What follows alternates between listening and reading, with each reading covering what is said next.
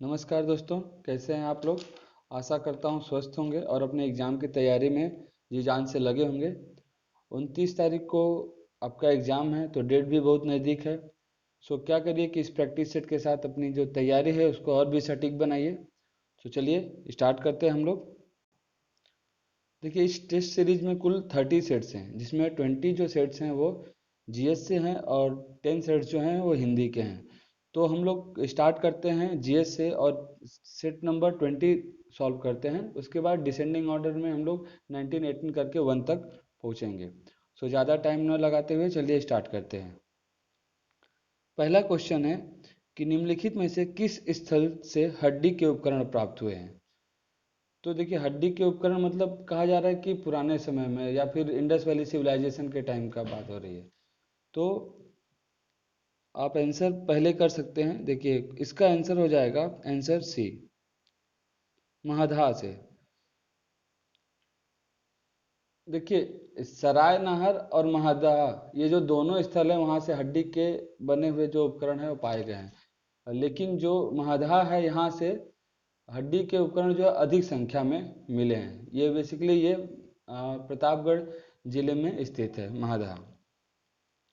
Next question कहते हैं, question number second कि भारतीय उपमहाद्वीप में कृषि के प्राचीनतम साक्ष्य प्राप्त हुए हैं। तो कृषि के प्राचीनतम साक्ष्य कहाँ से प्राप्त हुए हैं, तो मेहरगढ़ से प्राप्त हुए हैं। इसका आंसर डी हो जाएगा। देखिए, मैं येलो से मैं इसको हाईलाइट कर दे रहा हूँ आंसर को। नेक्स्ट क्वेश्चन 3 है, धौलावीरा किस राज्य में स्थित है। तो धौलावीरा तो सभी लोग जानते होंगे कि गुजरात राज्य में स्थित है। ओके। नेक्स्ट क्वेश्चन, ऋग्वेद में सर्वाधिक संख्या में मंत्र संबंधित है, किससे संबंधित है। तो देखिए, ऋग्वेद में सर्वाधिक जो मंत्र है किससे संबंधित है, तो अग्नि से संबंधित है। आंसर इसका क्या हो जाएगा, ए।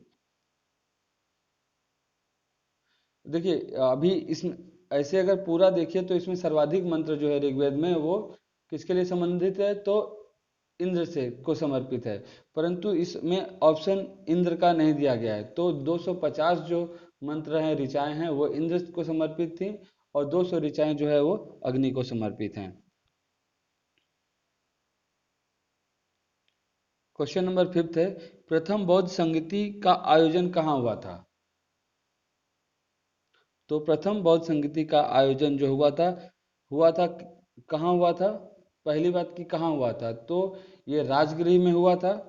और किसके समय में हुआ था ये आयोजन, तो ये अजात शत्रु के शासनकाल में इसका आयोजन हुआ था। प्रथम बौद्ध संगीति का आयोजन कब हुआ था, तो 483 ईसा पूर्व में हुआ था ये। और देखिए, इसके जो अध्यक्ष थे वो महाकश्यप थे। और इसमें थोड़ा सा और इन्फॉर्मेशन अगर ले लें तो बुद्ध के उपदेशों को दो पिटकों में, सुत पिटक और विनय पिटक में बांटकर संकलित किया गया है। नेक्स्ट क्वेश्चन 6, जैन धर्म के संस्थापक हैं।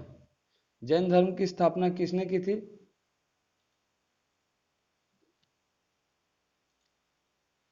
तो हमारे ख्याल से आप लोग इसका आंसर, तो जैन धर्म के जो संस्थापक थे वो ऋषभ देव थे। इसका आंसर डी हो जाएगा।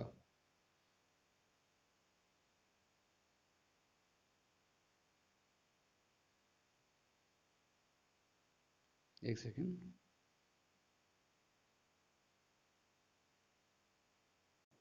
तो जैन धर्म के संस्थापक जो हैं वो ऋषभ देव थे। नेक्स्ट क्वेश्चन चलें, 7, सती प्रथा का प्रथम अभिलेख का साक्ष्य प्राप्त हुआ है। कहाँ से प्राप्त हुआ है, तो देखिए, ये एरण अभिलेख से प्राप्त हुआ है। देखिए, 510 ईस्वी में एरण अभिलेख से प्राप्त जो है प्रथम जो है वो सती प्रथा का साक्ष्य प्रस्तुत करता है। इसमें क्या हुआ था कि एक अभिलेख में गोपराज नामक जो सेनापति की स्त्री के सती होने का उल्लेख इसमें मिलता है। नेक्स्ट क्वेश्चन 8, निम्नलिखित में से किस गुप्त शासक ने सर्वप्रथम सिक्के जारी किए। तो इसका आंसर क्या हो जाएगा? इसका आंसर हो जाएगा ए, चंद्रगुप्त प्रथम ने। देखिए, चंद्रगुप्त प्रथम पहले गुप्त शासक थे जिन्होंने सर्वप्रथम सिक्कों को जारी किया। चंद्रगुप्त प्रथम ने ही क्या किया था कि 319 ईसा पूर्व में गुप्त संवत चलाया था और इन्होंने लिच्छवी की राजकुमारी से विवाह किया था। नेक्स्ट क्वेश्चन, क्वेश्चन नंबर 9, निम्नलिखित में से कौन सिंचाई कर लगाने वाला दिल्ली का प्रथम सुल्तान था? तो आप लोग ने अगर लूसेंट में पढ़ा होगा कि फिरोज शाह तुगलक, इसने क्या किया था कि सिंचाई कर लगाया था। आंसर इसका बी हो जाएगा। क्वेश्चन नंबर 10, निम्नलिखित युग्मों से कौन एक सुमेलित नहीं है?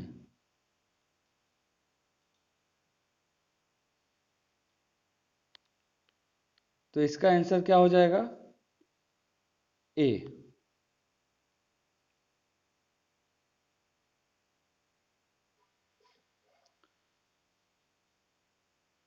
देखिए, इसमें अब्दुल रहमान को जो दिया गया है कि हमीर रासो ने इसकी रचना की थी, तो हमीर रासो की रचना किसने की थी? तो सारंग देव ने की थी, याद रखिएगा। चंद्रबरदाई पृथ्वीराज रासो की रचना की थी इन्होंने। जगनिक की रचना आलाखंड ने की थी और नरबती नाल का बीसल देव रासो ने किया था। ठीक, तो चंद्रबरदाई ने किसका किया था? तो पृथ्वीराज रासो का, तो ये याद रखिएगा। और अब्दुल रहमान, जो ये मैच है ये गलत है। हमीर रासों की रचना किसने की थी? तो सारंगदेव ने की थी। नेक्स्ट क्वेश्चन चलें, 11, निम्नलिखित में से किस मध्यकालीन शासक ने सार्वजनिक वितरण प्रणाली प्रारंभ की?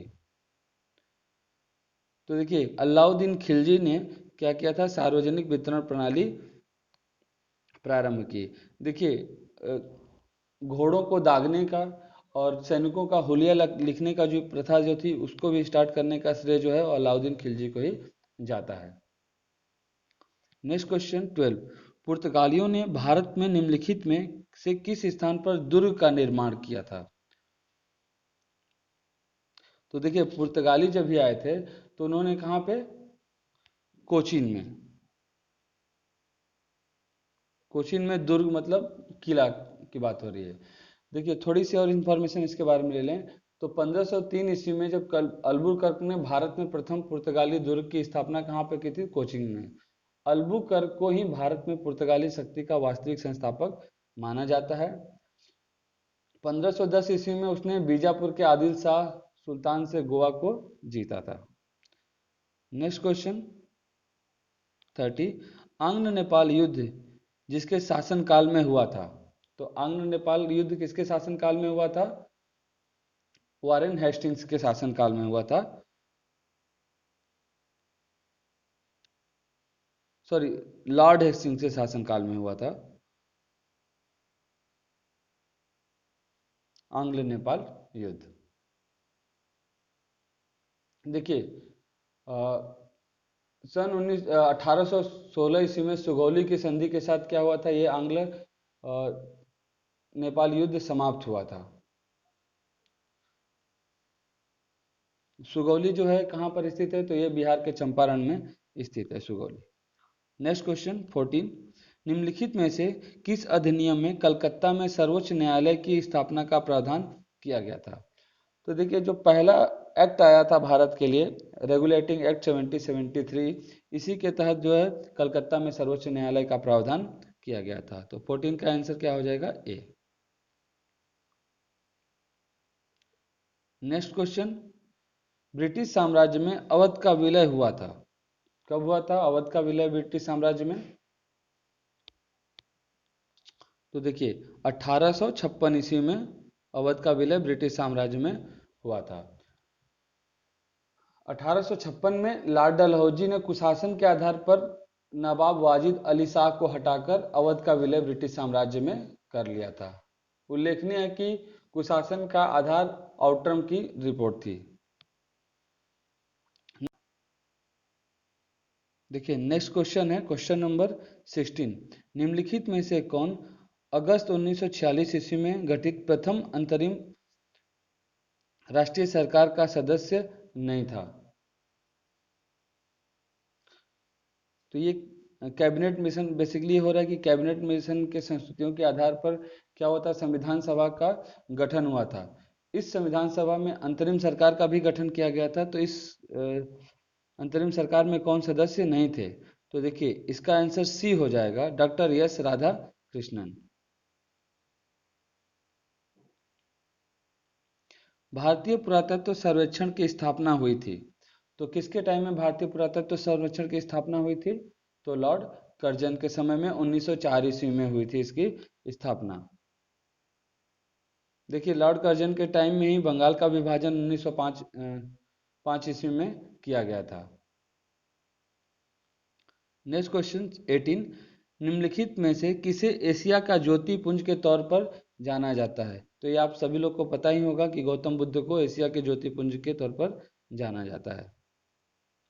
नेक्स्ट क्वेश्चन 19, भारतीय राष्ट्रीय कांग्रेस एवं मुस्लिम लीग के मध्य प्रसिद्ध लखनऊ समझौता हस्ताक्षरित हुआ था, कभी हुआ था? तो अभी एक कॉमन क्वेश्चन है कि लखनऊ समझौता कभी हुआ था? 1916 ईस्वी में हुआ था। देखिए इसी में जो गरम दल और नरम दल का विभाजन हो गया था कांग्रेस का 1907 के अधिवेशन में, उसका भी विलय हो गया था इस अधिवेशन में। नेक्स्ट क्वेश्चन 20, 1935 के अधिनियम के उपरांत 1937 में हुए चुनाव में गठित कांग्रेस मंत्रिमंडलों का कार्यकाल था।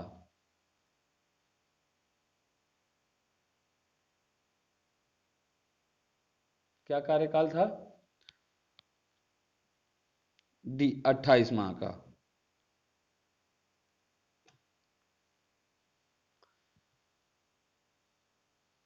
नेक्स्ट क्वेश्चन है, असहयोग आंदोलन के दौरान निम्नलिखित में से किसने विदेशी वस्त्रों को जलाए जाने को अविवेकी बर्बादी कहा था?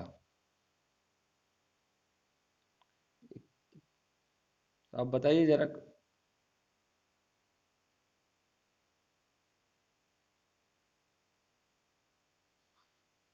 तो रविंद्रनाथ टैगोर ने।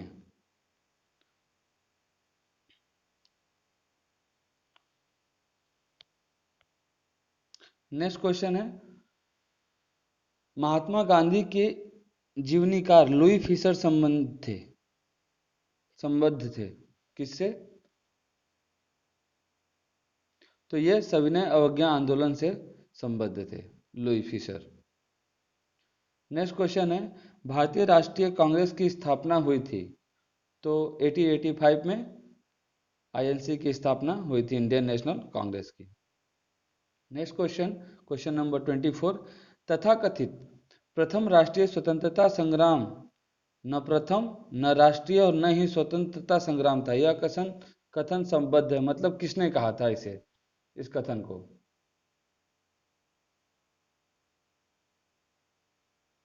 तो सी आर माजुमदार ने कहा था।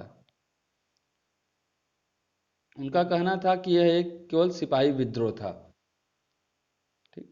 नेक्स्ट क्वेश्चन, गुलाबी क्रांति संबंधित है। तो गुलाबी क्रांति किससे संबंधित है? तो देखिए गुलाबी क्रांति जो है प्याज एवं झींगा के उत्पादन से संबंधित है। तो देखिए इसमें झींगा नहीं दिया हुआ, प्याज दिया हुआ है, तो इसका आंसर डी हो जाएगा। नेक्स्ट क्वेश्चन, सर्वाधिक नगरीकृत महाद्वीप है। तो सर्वाधिक नगरीकृत महाद्वीप कौन सा है? तो ऑस्ट्रेलिया जो है वो सर्वाधिक नगरीकृत महाद्वीप है।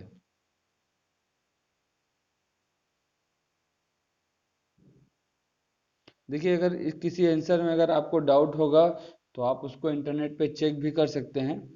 जो मेरे पास बुक है मैं उसी के हिसाब से आपको आंसर बता रहा हूँ, हालांकि मैं भी थोड़ा बहुत जानता हूँ। नेक्स्ट क्वेश्चन देखते हैं, क्वेश्चन नंबर 27। देखिए दो सूचियां दी गई हैं, एक खनिज के और उसके जो महत्वपूर्ण केंद्र हैं उसके, तो इनको हमको मैच कराना है।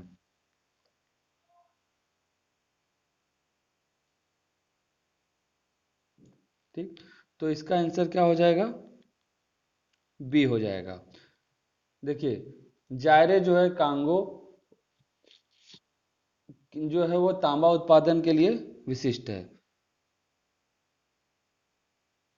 जिसे देखिए जायरे में स्थित है कंटांगा।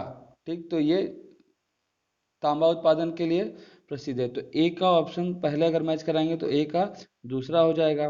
तो देखिए ऑप्शन नंबर 1 ए और बी दोनों में ए का दूसरा है, तो हम इसके बेस पे क्या कर सकते हैं, सी और डी को एलिमिनेट कर सकते हैं। देखिए दक्षिण अफ्रीका में स्थित किम्बरले खान जो है क्या है, हीरा उत्पादन के लिए है। तो किम्बरले जो है वो हीरा के लिए हो जाएगा, बी का तीसरा हो जाएगा। दक्षिण अफ्रीका में स्थित विट वाशलैंड जो है वो सोना उत्पादन के लिए प्रसिद्ध है। विट वाशलैंड सोना उत्पादन के लिए, तो सी का चौथा हो जाएगा। और चांदी के लिए बूट क्षेत्र जो है वो चांदी के लिए प्रसिद्ध है। तो इसका आंसर हो जाएगा बी, 27 का बी। देखिए इसमें एक दो चीजें अगर आपको मिले तो उसको, अगर याद नहीं है तो उसको याद कर लीजिए। जैसे किम्बरले किस चीज के लिए है, तो हीरा उत्पादन के लिए है। नेक्स्ट क्वेश्चन 28, निम्नलिखित युग्मों में से कौन एक सुमेलित नहीं है। कौन सा सुमेलित नहीं है,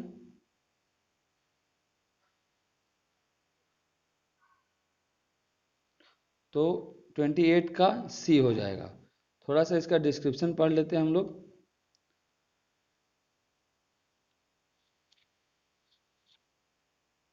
देखिए यह जनजातियों के लिए बेसिकली दिया हुआ है, देश और उनकी जनजाति के लिए। ठीक,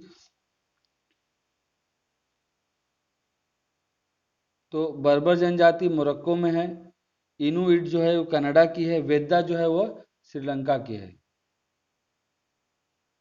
उसी तरीके से सेमांग सेमांग जनजाति जो है वो मलेशिया में निवास करती है। तो इसका आंसर क्या होगा, सेमांग का मलेशिया होगा, इंडोनेशिया नहीं होगा। नेक्स्ट क्वेश्चन 29, एशिया की निम्नलिखित में से कौन सी नदी दक्षिण की ओर प्रवाहित होती है। एशिया की बात हो रही है, किसी देश की प्रॉपर प्रॉपर बात नहीं हो रही है। तो 29 का ऑप्शन क्या हो जाएगा, डी, सल्विन नदी। अगर सल्विन नदी के बारे में बात करें तो सल्विन नदी जो है अपने उद्गम क्षेत्र से दक्षिण की ओर प्रवाहित होते हुए मर्ताबान की खाड़ी, गल्फ ऑफ मर्ताबान में गिरती है। इस नदी का उद्गम तिब्बत के पठार में स्थित है। लीना एवं ओब नदियां उत्तर की ओर, जबकि आमूर नदी जो है वो पूर्व की ओर प्रवाहित होती है। नेक्स्ट क्वेश्चन 30, फिर दो सूचियां दी हुई हैं, उनकी सूचियों को क्या करना है, मिलाना है। बेसिकली एक तरफ पर्वत है और दूसरी क्या है, देश है। ठीक, तो 30 का क्या हो जाएगा, आंसर ए हो जाएगा। आप मैच भी करा सकते हैं इसको।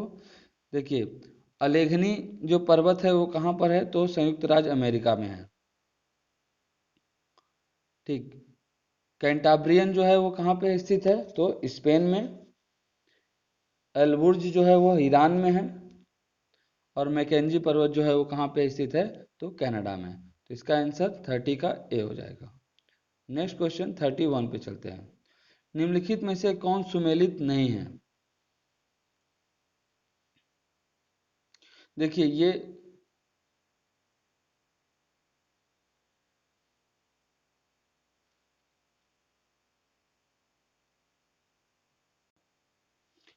जो है पुरानी जो राजधानियां हैं उसके नाम हैं। तो मुरी झारखंड की है,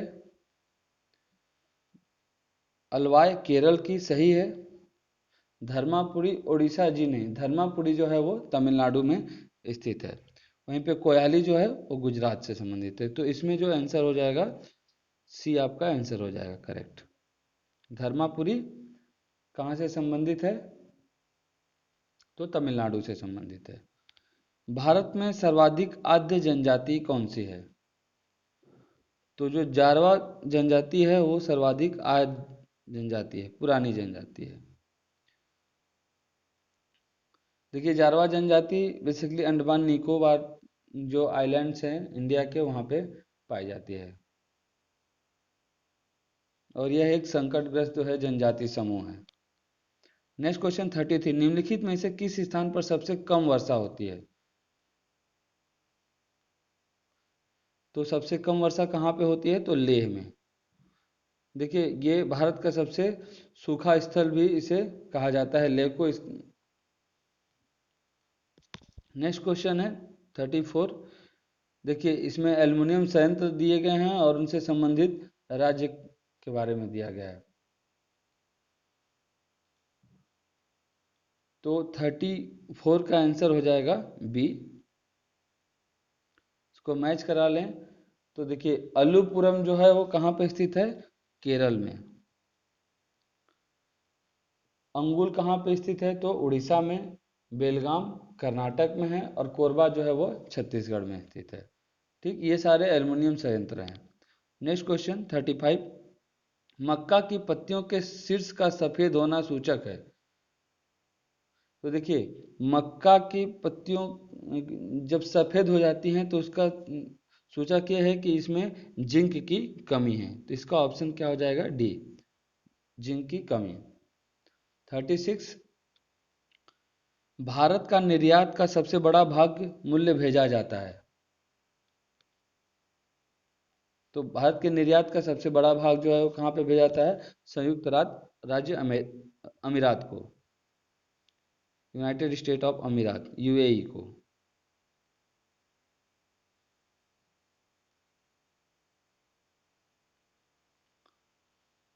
नेक्स्ट क्वेश्चन। भारत में राष्ट्रीय आय समूहों का आकलन किया जाता है। तो राष्ट्रीय आय का संकलन कौन करता है? सीएसओ करता है, सेंट्रल स्टैटिस्टिकल ऑर्गेनाइजेशन, सीएसओ द्वारा। तो 37 का आंसर ये हो जाएगा। Next question 38। भारत में दार्शनिक मुद्रा प्रणाली शुरू हुई। 38 का आंसर क्या हो जाएगा? सी, 1957 से। देखिए भारत में दार्शनिक मुद्रा प्रणाली का प्रारंभ जो हुआ 1 अप्रैल 1957 से हुआ। वर्तमान विश्व में केवल मालागासी एवं मॉरिशस की मुद्रा ही सैद्धांतिक रूप में गैर दार्शनिक पद्धति का निरूपण करती हैं। Next question 39। भारत में क्षेत्रीय ग्रामीण बैंक की स्थापना हुई थी। कब हुई थी? तो इसका आंसर हो जाएगा बी, 1975 में। देखिए क्षेत्रीय ग्रामीण बैंक की स्थापना 1975 में हुई थी। अग्रणी बैंक योजना 1969 में हुई थी। नाबार्ड की स्थापना कभी हुई थी? तो 1982 में हुई थी। और स्टेट बैंक ऑफ इंडिया की स्थापना कभी हुई थी? 1955 में। Next question. भारत में मुद्रा एवं साख का नियंत्रण किया जाता है, किसके द्वारा किया जाता है? तो भारत में मुद्रा और साख का नियंत्रण जो है वो आरबीआई के द्वारा किया जाता है, मतलब रिजर्व बैंक ऑफ इंडिया के द्वारा। Next question 41। जनगणना 2011 के आंकड़ों के अनुसार भारत में 0 से 6 वर्ष के आयु समूह के बच्चों का यौन अनुपात कितना है? तो इसका आंसर क्या हो जाएगा? Answer C, 914।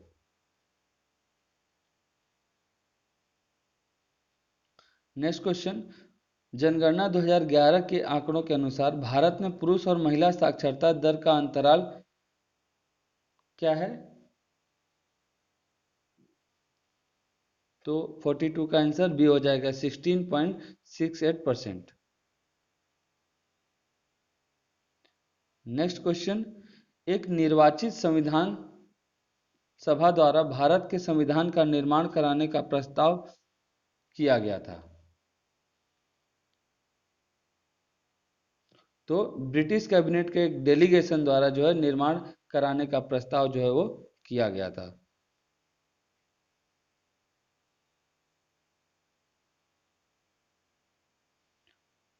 भारतीय संविधान विभक्त है।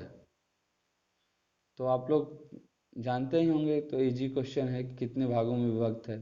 तो कुल मिला जुला कर देखिए भारतीय संविधान में कुल 22 पार्ट्स हैं और 200 सॉरी 395 अनुच्छेद हैं और 12 अनुसूचियां हैं। तो 44 का आंसर क्या हो जाएगा? बी, 22 अध्यायों में। निम्न में से किस एक कमेटी अब्लिक आयोग ने संविधान में मूल कर्तव्यों को सम्मिलित करने की संस्तुति की थी? तो देखिए इसका आंसर क्या हो जाएगा? ए हो जाएगा इसका आंसर। स्वर्ण सिंह कमेटी ने मौलिक कर्तव्यों को ऐड करने का क्या किया था? इन्होंने संस्तुति की थी। देखिए इस संस्तुति के आधार पर जो है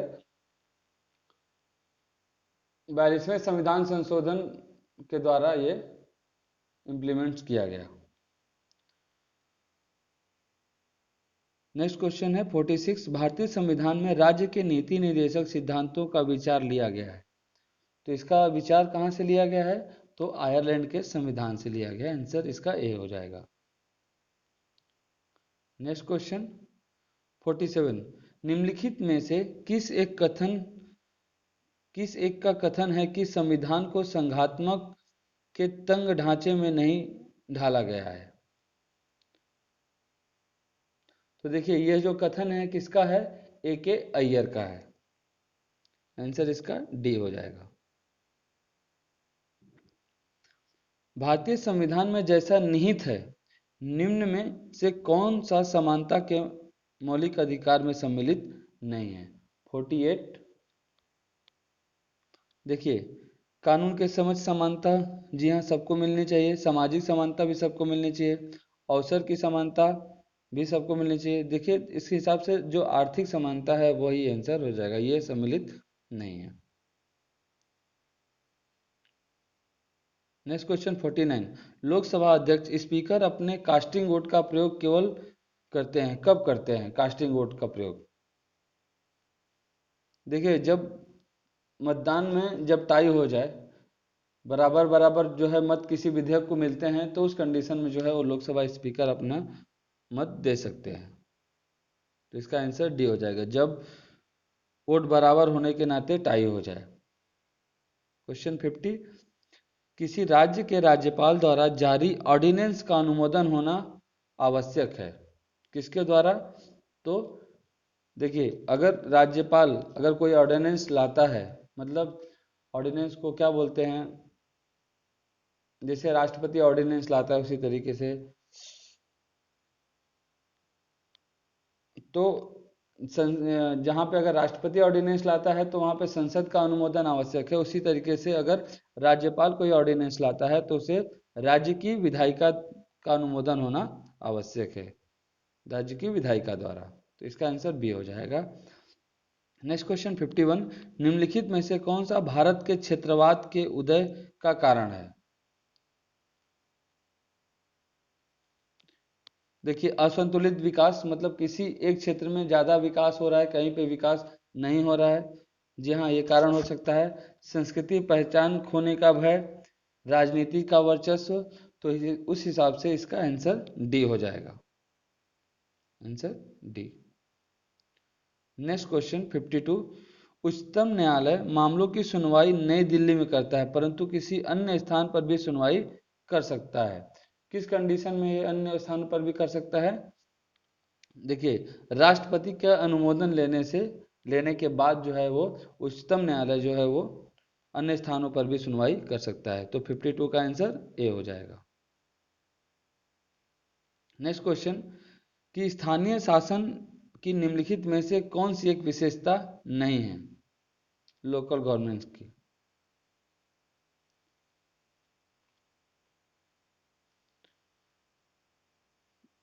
तो देखिए वैधानिक स्थिति है स्थानीय शासन की, जी हाँ। स्थानीय समुदाय की भागीदारी भी है। केंद्रीय नियंत्रण, जी नहीं ये केंद्रीय नियंत्रण नहीं है, एक जगह से इसका नियंत्रण नहीं हो सकता, इसको डिसेंट्रलाइजेशन है इसका। ठीक, तो ये जो केंद्रीय नियंत्रण है ये ऑप्शन हो जाएगा आपका।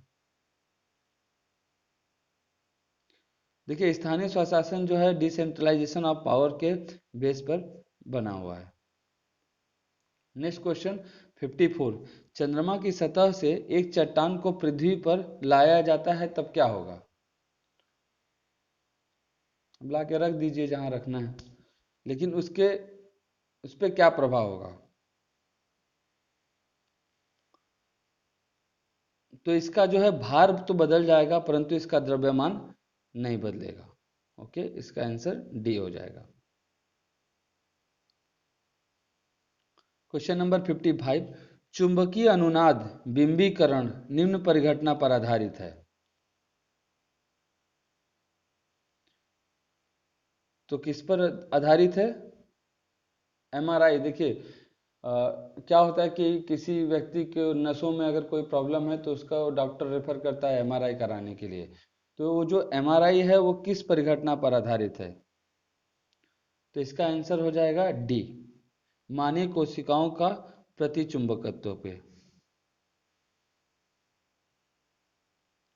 56, एक व्यक्ति स्थिर जल में नाव में खड़ा है, यदि वह किनारे की ओर चलता है तो नाव क्या होगी?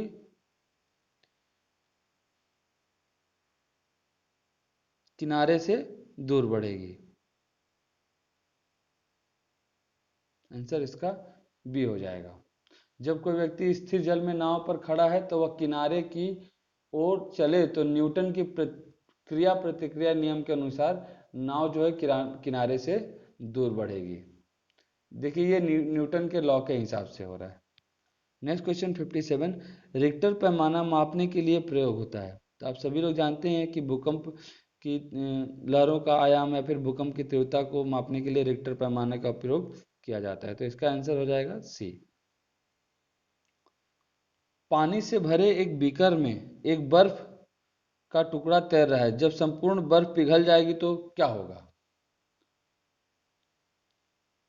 देखिए इस ऐसे कंडीशन में क्या होगा, पानी का जो सतह है वो अपरिवर्तित रहेगा, मतलब जैसा पहले था वैसे ही रहेगा।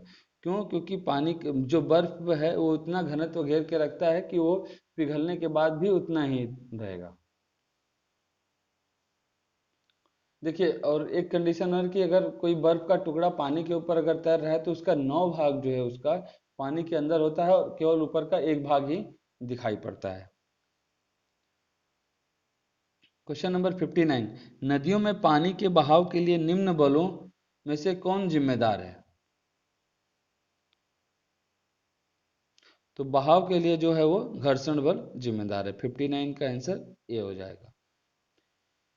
क्वेश्चन नंबर 60, एक दर्पण जिससे काफी अधिक चौड़े क्षेत्र का अवलोकन होता है, आवश्यक आवश्यक ही होगा एक, तो वो कौन सा दर्पण होगा? तो देखिए वो उन्नोदर दर्पण होगा। 60 का आंसर सी हो जाएगा। नेक्स्ट क्वेश्चन 61, जब पानी को 0 डिग्री से 4 डिग्री तक गर्म किया जाता है तो इसका आयतन क्या होता है? तो देखिए इसका आयतन क्या होता है, स्टार्टिंग में पहले घटता है फिर उसके बाद अब बढ़ता है। यदि पानी को 0 डिग्री से लेकर 4 डिग्री के मध्य गर्म किया जाए तो प्रारंभ में आयतन घटता है और 4 डिग्री तक जो गर्म करने पर इस ताप पर जल का आयतन क्या होता है, न्यूनतम व घनत्व अधिकतम होता है। आयतन न्यूनतम और घनत्व जो है अधिकतम होता है। देखिए यही एक कारण है कि जिसमें झील या फिर तालाब अगर ठंडे प्रदेशों में अगर जम जाते हैं तो ऊपर का लेयर जमा रहता है और नीचे का लेयर पूरा जम नहीं पाता, जिसमें जो मछलियां हैं वो जीवित रह जाती हैं। नेक्स्ट क्वेश्चन 62, मस्टर्ड गैस का उपयोग किया जाता है। तो मस्टर्ड गैस का उपयोग किसके लिए किया जाता है? तो रासायनिक जो युद्ध होता है, जो वॉर होता है, उसके लिए किया जाता है मस्टर्ड गैस का प्रयोग। देखिए जो मस्टर्ड गैस है यह एक विषैली गैस है जिसका प्रयोग जो है प्रथम विश्व युद्ध के में जो है रासायनिक हथियार के रूप में किया गया था। इसमें सरसों के तेल का गंध आने के कारण इसे मस्टर्ड गैस कहा जाता है, इसे वॉर गैस भी कहते हैं। नेक्स्ट क्वेश्चन 63 है, अस्पतालों में मंद निश्चेतक के रूप में प्रयुक्त गैस है, मतलब जो बेहोशी के लिए यूज किया जाता है गैस, तो इसके लिए कौन सी गैस है? Nitrous oxide. ऑपरेशन करना है या फिर कोई घाव है उस पर उसको सिलना होता है अगर घाव को, तो क्या किया जाता है, ये निषेचक मतलब लगा दिया तो आप थोड़ी देर तक बेहोश रहोगे, तो उसके लिए नाइट्रस ऑक्साइड का यूज किया जाता है। इसका फार्मूला होता है N2O।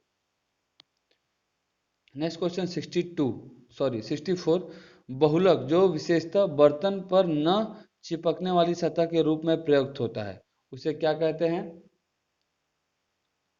देखिए, उसे टेफ्लॉन कहते हैं।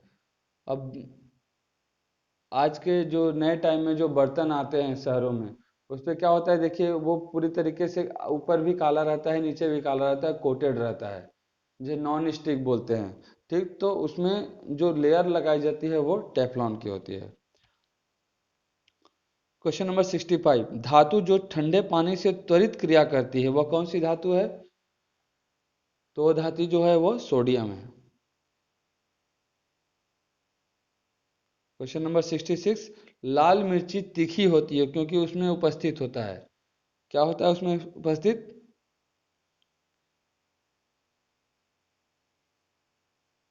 देखिए, उसमें कैप्साइसिन जो है वो उपस्थित होती है। नेक्स्ट क्वेश्चन 67, पृथ्वी पर सबसे पुराना जीव कौन सा है? तो पृथ्वी पर सबसे जो पुराना जीव है वो कौन सा है? अमीबा है। यह एक सिंगल सेलुलर जीव है, जिसे एक कोशिकीय भी कहा जाता है। ठीक। क्वेश्चन नंबर 68, शरीर के अंदर के अंगों को देखने के लिए डॉक्टर एक एंडोस्कोप का उपयोग करते हैं, यह सिद्धांत आधारित है, किस पे आधारित है? तो यह जो है प्रकाश के पूर्ण आंतरिक परिवर्तन पर आधारित है एंडोस्कोप। क्वेश्चन नंबर 69, इलेक्ट्रॉन किरण चिकित्सा एक प्रकार की विकिरण चिकित्सा है जिसके द्वारा उपचार किया जाता है। इलेक्ट्रॉन किरण द्वारा किसका उपचार किया जाता है? तो विशेष प्रकार के जो कैंसर होता है उस कैंसर का उपचार जो है वो इलेक्ट्रॉन किरणों के द्वारा किया जाता है। 17 क्वेश्चन नंबर, WBC का बनना था RBC का विनाश होता है, कहाँ पे होता है? तो प्लीहा में होता है।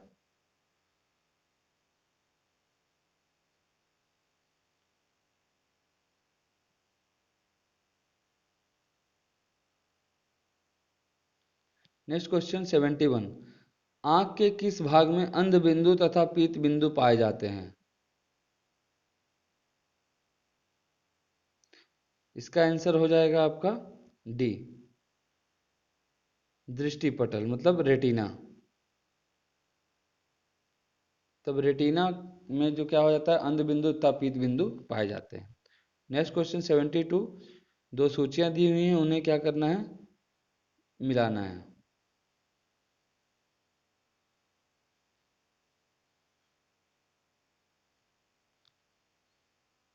तो देखिए, इसमें जो टेस्टोस्टेरॉन है जो क्या है, हार्मोन है, ए का ऑप्शन 4 हो जाएगा। कोडीन क्या है? तो एक बेहोशी की ड्रग है। ओके, तो बी का पहला हो जाएगा।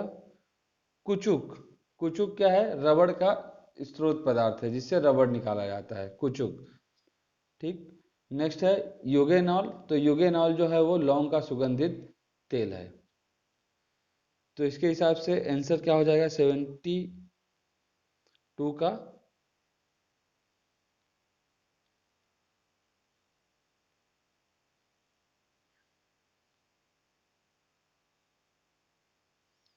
ए का 4 हो जाएगा। Okay, option A.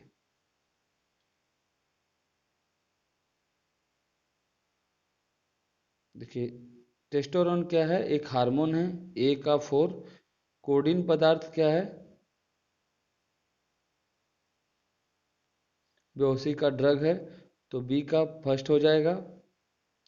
कुचुक क्या है? तो रबड़, जी हाँ, रबड़ का स्रोत है, तो सी का दूसरा हो जाएगा। और यूगेनॉल क्या है? लौंग का सुगंधित तेल है, तो ऑप्शन ए हो जाएगा। नेक्स्ट क्वेश्चन 73, कौन सा रसायन क्षारीय भूमि सुधार के लिए रूप में कार्य करता है?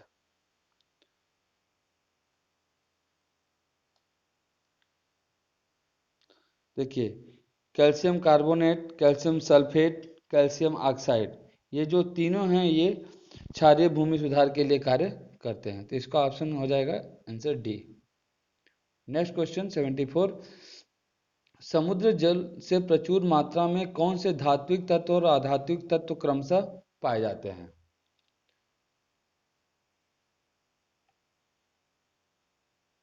देखिए, समुद्र जल से सोडियम और ब्रोमीन जो है वो, सोडियम धातु और ब्रोमीन अधात्विक जो तत्व है वो पाए जाते हैं, सोडियम और ब्रोमीन। नेक्स्ट क्वेश्चन, निम्नलिखित में से कौन सा प्रसिद्ध कवि अमीर खुसरो का समकालीन था? कौन जो है अमीर खुसरो के टाइप में कौन थे? तो 75 का आंसर क्या हो जाएगा? Option B. देखिए, अलाउद्दीन खिलजी के दरबार में अमीर खुसरो और अमीर हसन रहते थे। Next question 76। निम्नलिखित दिल्ली सुल्तानों में से किसने आगरा को अपने साम्राज्य की राजधानी बनाई? तो देखिए, आगरा को राजधानी बनाने वाला जो सुल्तान था वो था सिकंदर लोधी। आंसर डी हो जाएगा इसका। 77। निम्नलिखित में से कौन सा युद्ध सबसे पहले लड़ा गया था?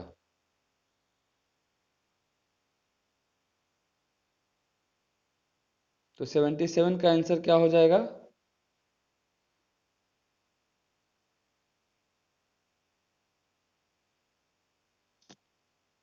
आंग्ल मराठा, सी, प्रथम युद्ध।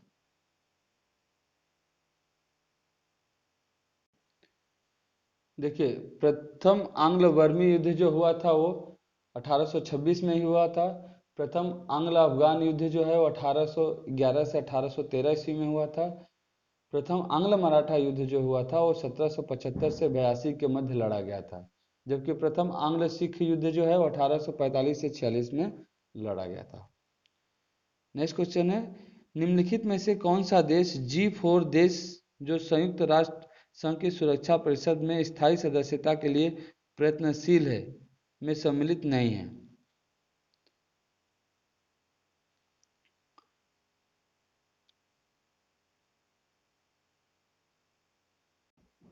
देखिए, G4 सदस्यों में कौन कौन सम्मिलित है? तो भारत है, ब्राजील है, जर्मनी है और जापान है।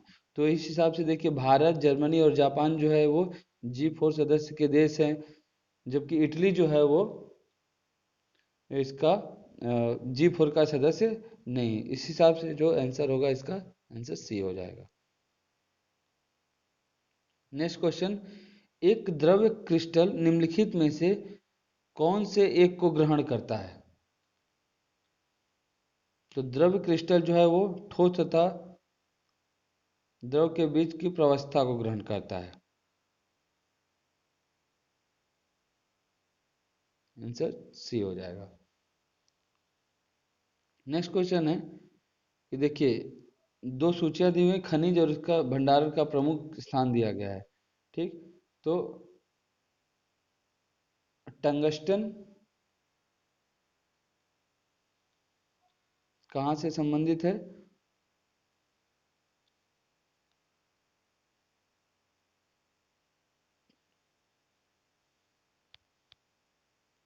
तो टंगस्टन जो है वो केरल से संबंधित है। ठीक, इस तरीके से इसका आंसर जो हो जाएगा, सॉरी,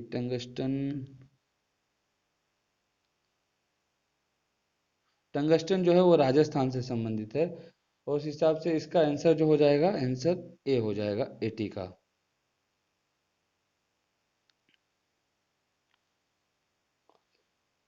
भारत में जो जीरकान खनिज जो है वो केरल राज्य में समुद्री बालू से प्राप्त होता है।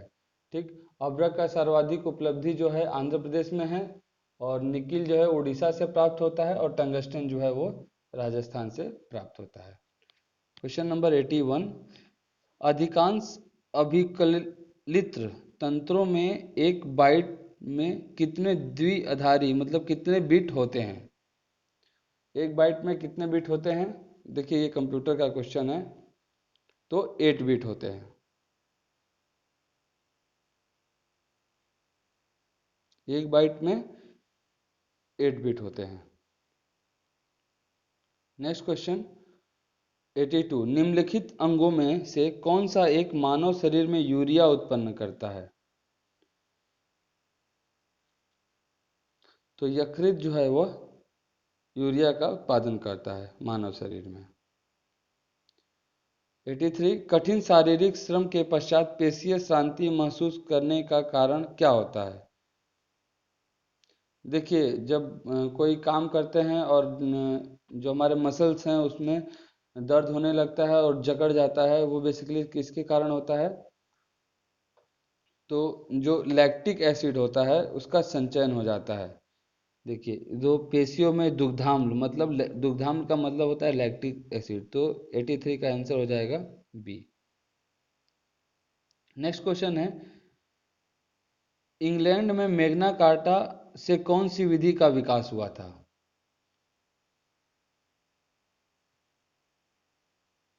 तो इसका आंसर क्या हो जाएगा? ए, संविधान विधि का।